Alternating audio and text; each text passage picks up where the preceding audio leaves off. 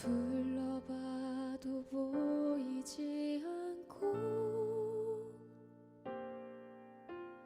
막혀버린 삶의 현실들, 가슴 속에 시린 눈물과 두려움에 지쳐버린 내 삶, 아픔 속에 서 있는 내게 안타까워 손 내미시는 눈을 드니 주님 계시네. 나를 안고 그의 길로 날 인도하시네. 지금 이 자리에서 주를 바라보며, 지금 이 자리에서 주가 영광 받으시도록 주께 순복하리라, 주께 나아가리라. 지금 이 자리에서 살아내리라.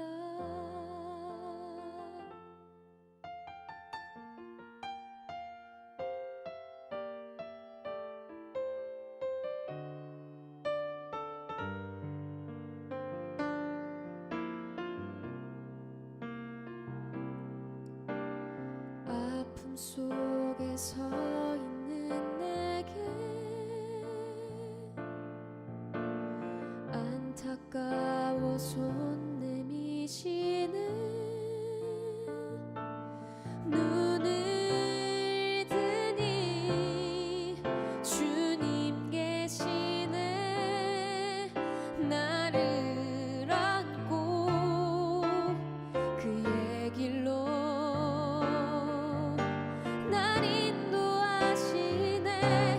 지금 이 자리에서 주를 바라보며, 지금 이 자리에서 주가 영광 받으시도록 주께 순복하리라, 주께 나아가리라. 지금 이 자리에서 살아내리라. 지금 이 자리에서 주를 바라보며, 지금 이 자리에서 주가 영광 받으시도록 주께 순복하리라, 주께 나아가리라. 지금 이 자리에서 살아내리라. 지금 이 자리에서 살아내리라.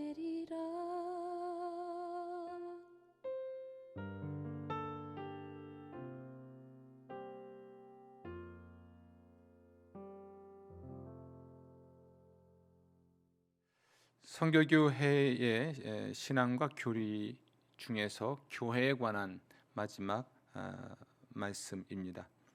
오늘은 성례에 관한 말씀입니다. 성례는 예수님이 제정하신 예전을 의미하는데요, 우리 기독교에서는 두 개만을 성례로 인정합니다. 하나는 세례이고 하나는 성찬입니다. 천주교회는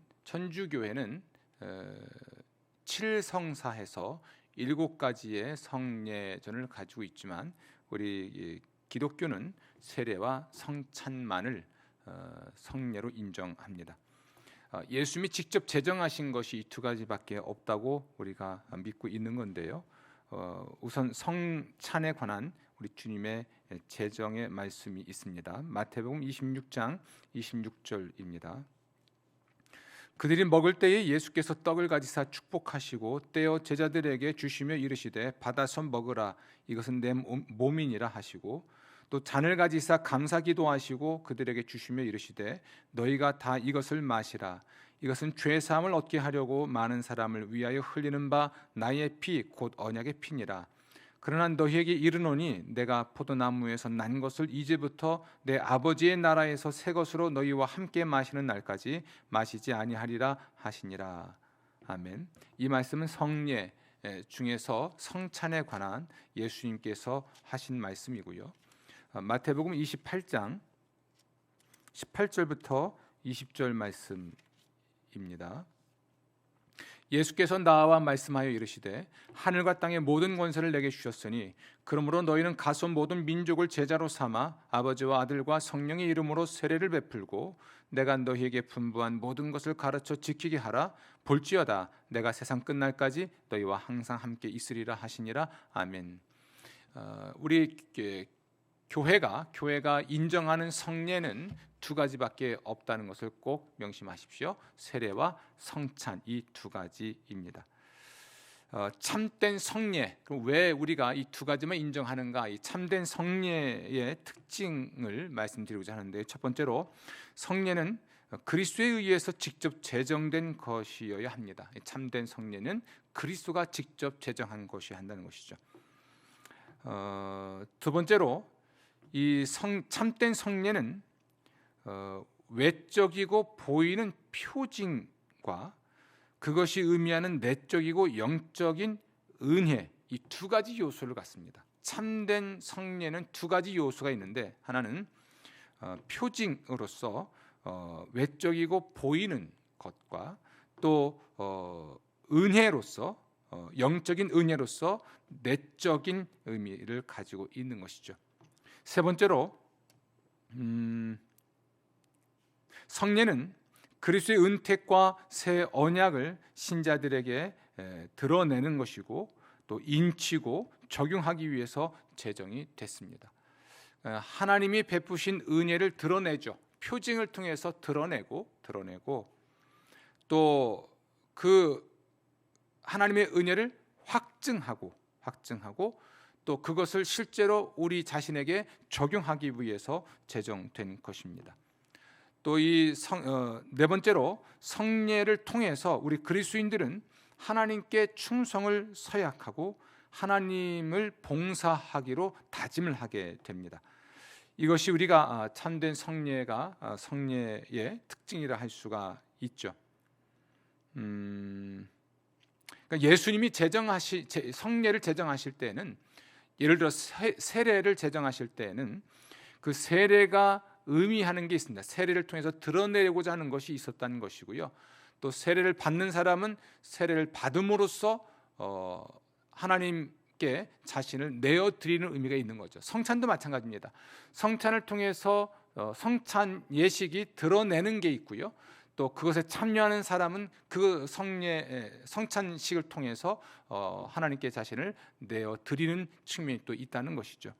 참된 성례의 특징을 좀 깊이 생각하시고, 개신교에서는 성례를 세례와 성찬 두 가지만 인정한다는 것을 잊지 마십시오. 자, 이제는 그 중에 하나인 세례를 말씀드려 보겠습니다. 이 세례는 유대교 개종자들의 입회 예식이었습니다. 또 세례 요한에게는 회개 예식이었고요. 그러다가 기독교에서는 입회 예식이 되었죠. 예수님은 친히 세례를 받으셨습니다. 그리고 세례를 베풀라고 명령하셨고, 사도들 또한 예수 그리스도의 이름으로 세례를 받으라고 당부도 했습니다. 따라서 교회는 늘 예수 그리스도의 이름으로 세례를 베풀었고, 나중에는 성부와 성자와 성령의 이름으로 세례를 베풀었습니다.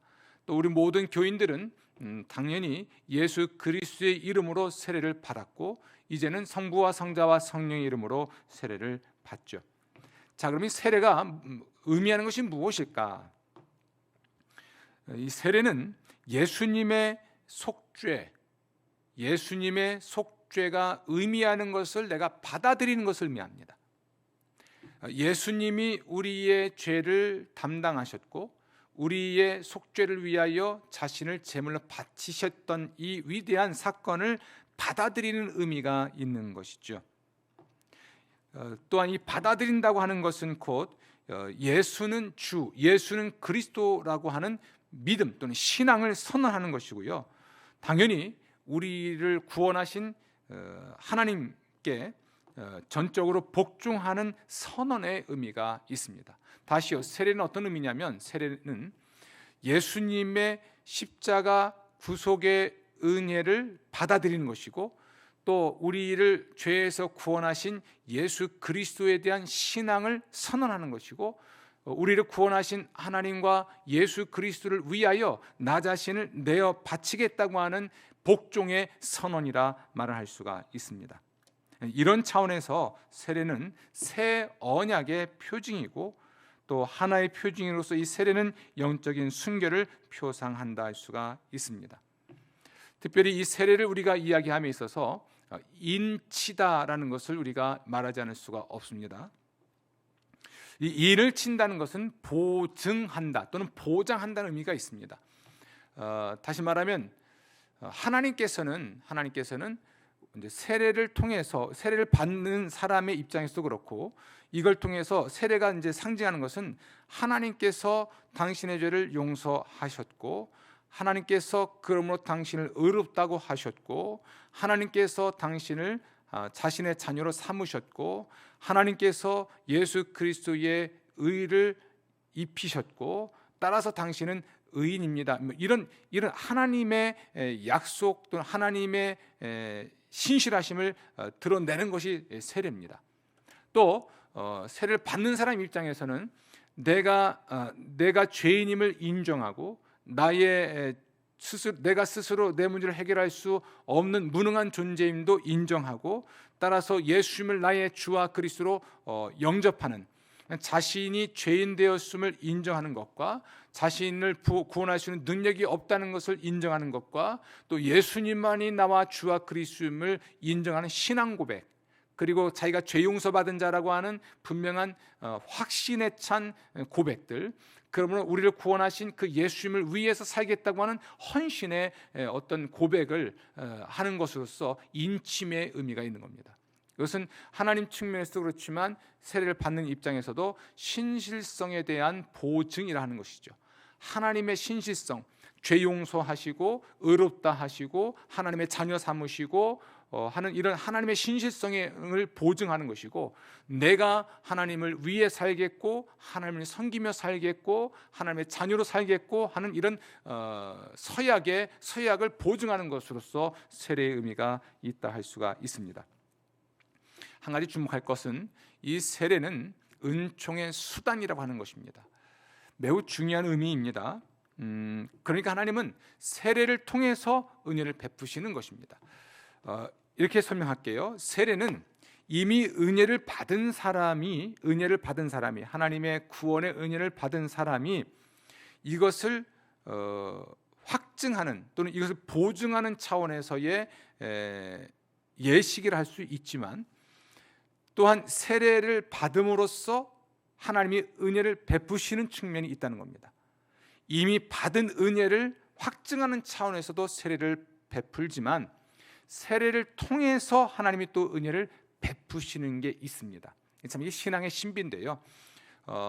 이렇게 말할 수 있습니다. 구원을 받지 못한 사람이, 구원의 확신이 없던 사람이 세례 예식을 통해서 구원의 확신에 이를 수 있다는 이야기입니다. 이것은 세례 자체가 구원을 보장하는 건 아니고요, 세례 예식에 참여하면서 예수님의 십자가 구원의 복음을 듣게 되겠죠.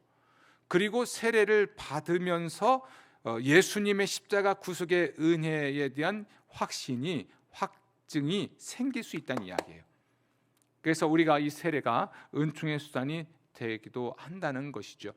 또 세례를 베푸는 광경을 이미 세례받은 사람들이 또 함께 참여하면서 이미 본인들이 받은 은혜를 되새기고 그 은혜의 감격을 다시 기억할 수 있는 특별한 은혜의 시간이 될 수가 있습니다.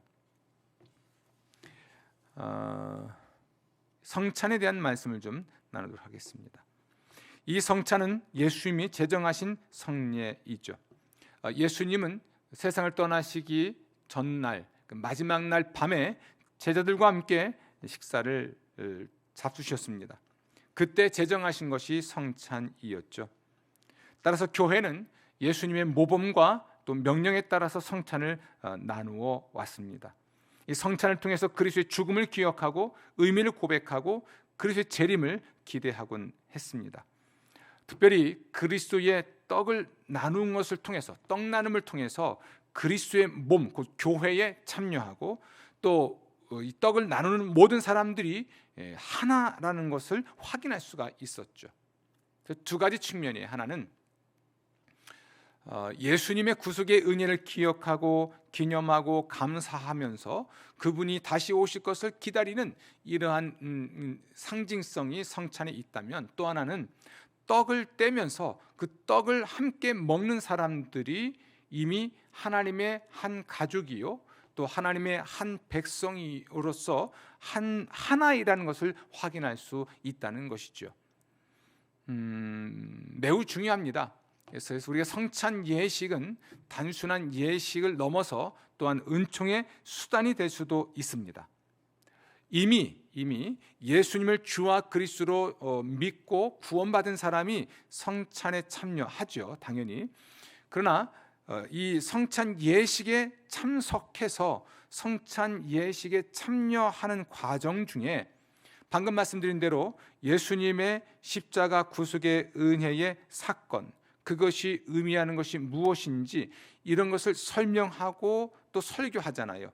그걸 듣고 나누고 그리고 어떤 예식, 세레머니에 참여하는 순간에 하나님께서 예수 그리스도의 십자가 구속의 은혜를 그 성찬에 참여하는 사람 심령 속에 이룰 수 있다는 이야기예요.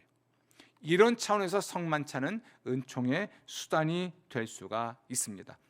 우리가 성찬을 나눌 때에 먹는 떡이나 마시는 그 술이 예수님의 피 자체가 된다거나 예수님의 살 자체가 된다는 게 아니에요. 단지 상징에 불과합니다. 상징을 가지고 기념 예식을 하면서 기념하고 그것을 기억하고 또는 선포하면서 그 의미 하나하나를 설명하는 거죠. 이 떡은 내 살이니 너희를 위하여 내준 내 몸이다. 이 잔은 내 피니 너희를 위하여 흘린 내 피다. 이러면서 우리의 죄와 죄에 대한 하나님의 형벌과 심판, 그러나 예수 그리스도의 대속적 어떤 희생, 그러므로 우리 모든 사람이 예수를 믿음으로 죄 용서받고 하나님의 자녀가 될 수 있고 하나님과 화목할 수 있고 의롭다움을 받을 수 있고 영생 복락을 누릴 수 있고 이렇게 되었다는 것을 우리에게 설명을 의미하는 것이 바로 떡과 이 잔의 의미인 것이죠. 그런 과정을 통해서 많은 사람들이 성찬을 통해 하나님의 구원의 은혜를 맛볼 수도 있었던 것이죠. 우리 성찬을 참여하면서 우리가 예수님의 십자가 구속의 은혜를 누리는 이 놀라운 그 축복들이 있기 때문에 사실은 초기의 예배는 성찬 예식이 곧 그들의 예배였습니다. 모여서 어떤 성찬을 나누기 전에 러브 피스트라고 했죠. 애찬을 함께 식사를 하고 그 자리에서 성찬을 나누면서 그들은 예수님의 십자가 구속의 은혜와 그 의미를 함께 되새겼고, 그러므로 자신들의 정체성, 그리스도인이라는 정체성과 또 함께 떡을 나누는 사람들 모두가, 그 자리에 있는 모든 사람들이 함께 하나님의 자녀된 자요 함께 하나님의 백성이고 한 몸된 교회라는 것을 확인하는 이 하나됨을 확인하고, 따라서 이제 성찬을 마치고 삶의 자리로 돌아가면 그곳에서 그리스도로 살고 교회로 살고 교회의 본질적 사명인 선교의 사명을 감당하는 세상의 소금과 빛의 사명을 감당하기로 또 다짐하는 은혜의 시간이 될 수가 있었던 거죠. 그래서 이제 초기 교회는 예배 자체가 성찬 예배였다 할 수 있죠. 어떤 형식이 정해지기 전부터 성찬식을 나눠왔습니다. 아쉬운 건 오늘날 어떤 실용적인 이유인 것 같아요. 그러다 보니까 예배당에 모여서 예배를 드릴 때 모일 때마다 성찬을 나누질 못해요. 언제부터인지 예배 시간이 1시간을 넘어가면 안 된다는 이 강박이 있는 것 같습니다. 그래서 시간에 쫓기다 보니까 이 많은 사람이 언제 또 성찬을 나눌까, 또 성찬에 너무 많은 시간을 뺏길까, 이걸 걱정하는데 그 어느 것보다 중요한 것이 성찬이라 할 수 있겠죠.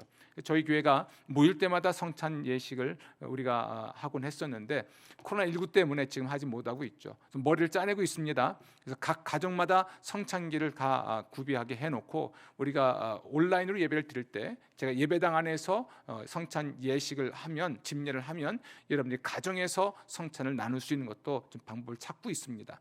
자, 어쨌든 예배의 본질이 성찬 예식에 있다는 것도 기억하시고 우리가 모일 때마다 성찬 예식을 하는 것을 좀 이상하게 생각하지 않는 여러분 되시기를 바랍니다. 오늘 이 교회에 있어서 중요한 성례를 말씀드렸습니다. 기독교의 성례는 두 가지다. 왜냐하면 예수님이 직접 제정하신 것이 두 가지이기 때문인데요. 하나는 세례요, 하나는 성찬입니다.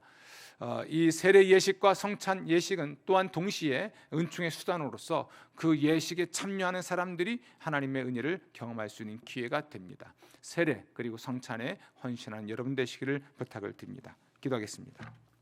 주님, 저희들이 믿음으로 살고 특히 교인으로 살아가되 우리 주님이 제정하신 성례에 참여함으로써 성례가 주는 은혜를 누릴 수 있도록 만들어 주옵소서. 주님을 찬양하고 감사하오며 예수님 이름으로 기도합니다. 아멘.